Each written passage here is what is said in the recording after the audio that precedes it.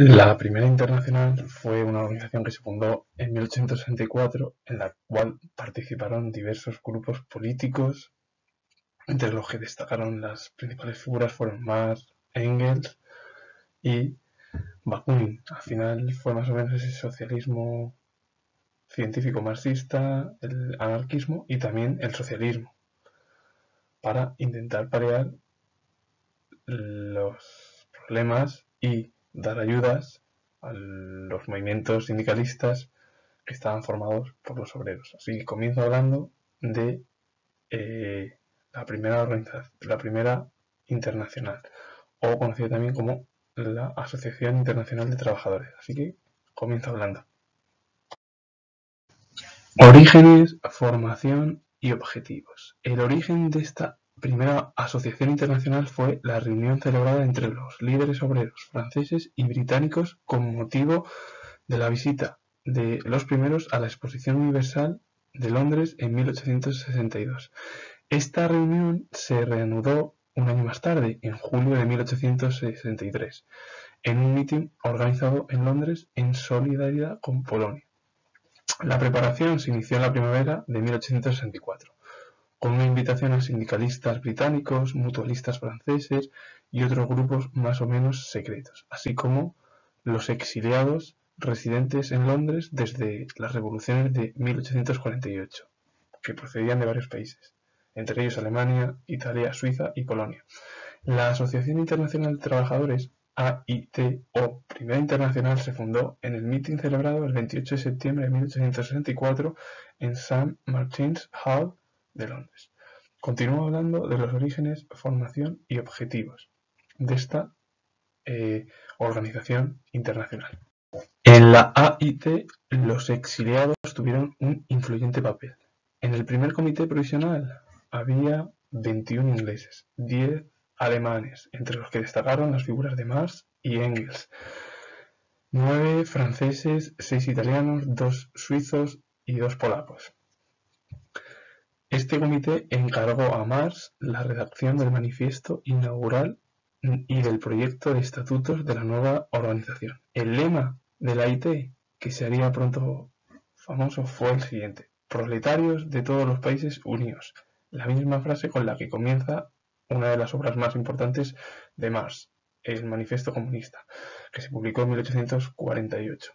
El manifiesto inaugural hacía balance de la evolución de la condición obrera desde las revoluciones de 1848 y alentaba la conquista del poder político por el proletariado.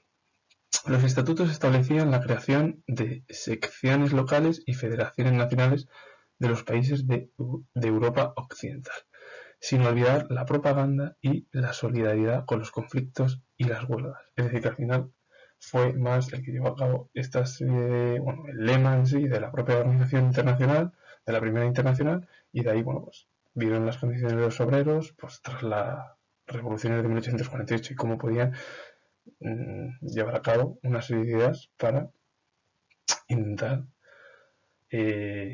ayudar al movimiento obrero en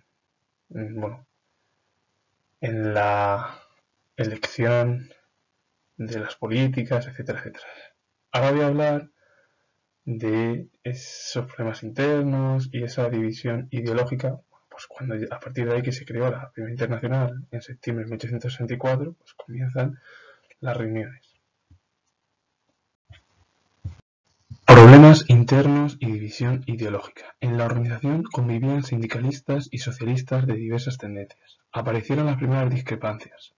Frente al sector más autoritario, dirigido por Marx y Engels, que pretendía reforzar el Consejo General con sede en Londres, surgió pronto un movimiento que defendía la autonomía de las organizaciones locales y nacionales, y que vieron con más simpatía el anti-autoritarismo de Bakunin. Es decir, ya se llevó a cabo la organización en los congresos, etcétera, etcétera, y ya empezaron a haber discrepancias entre diversas facciones dentro de la Primera Internacional.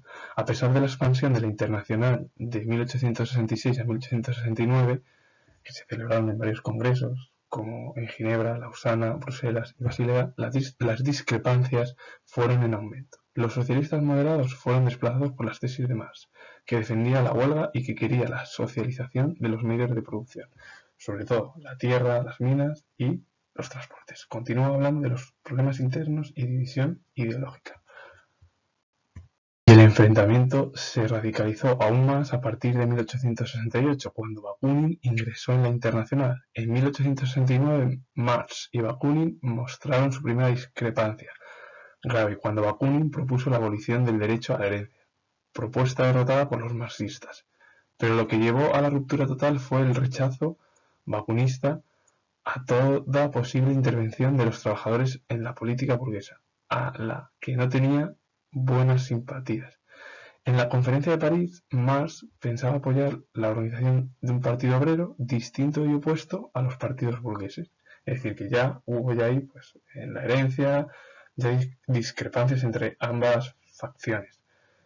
Y más todavía fue cuando Bakunin dijo que ningún trabajador debería, intervenir dentro de la política. Marx lo que quería era crear un partido, pues, muy diferente a los partidos burgueses.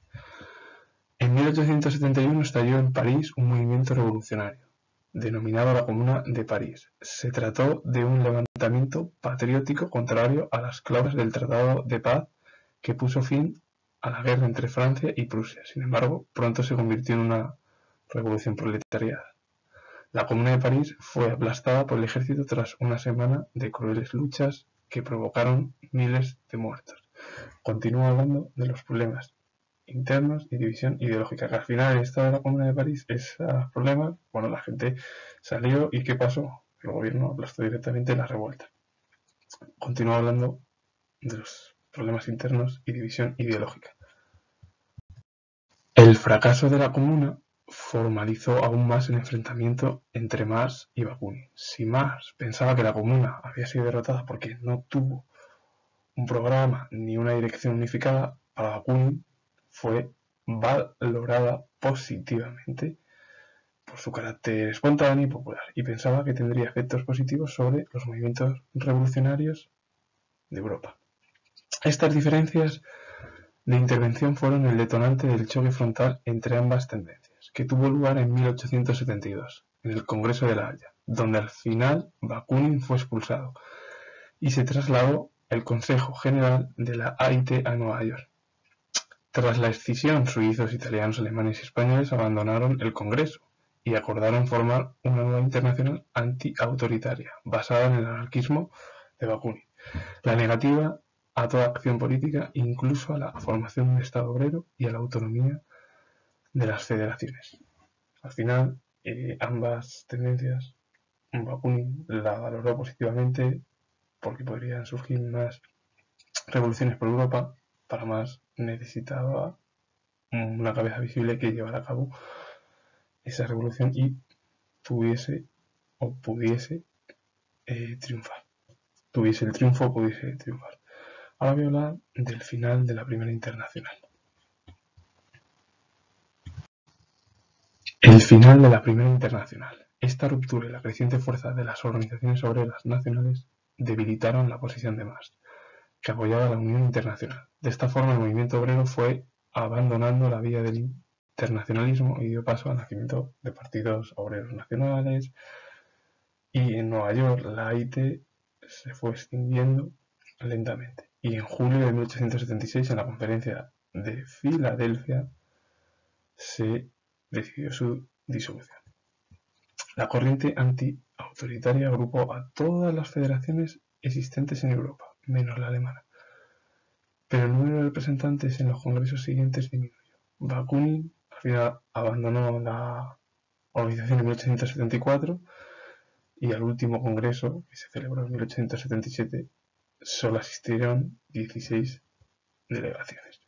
Y con esto, para finalizar, decir que tengo el grado de historia y si os ha gustado, darle a like, suscribiros y comentar. Saludos, adiós.